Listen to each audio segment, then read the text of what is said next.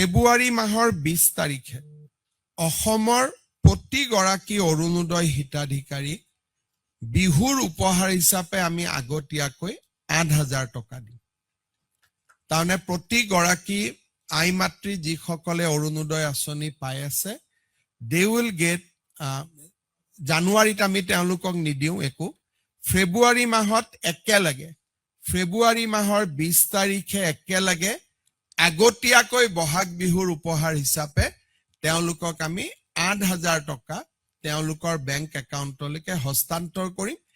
তেতিয়া আৰু বিহুলৈকে তেওঁলোকে সুন্দৰভাৱে তেওঁলোকৰ বিহু পালন কৰিব পাৰিব। মই আপোনালোকৰ জৰিয়তে অসমৰ আই মাতৃ সকললৈকে এই সুন্দৰ উপহাৰটো ঘোষণা কৰিব খুজিছোঁ।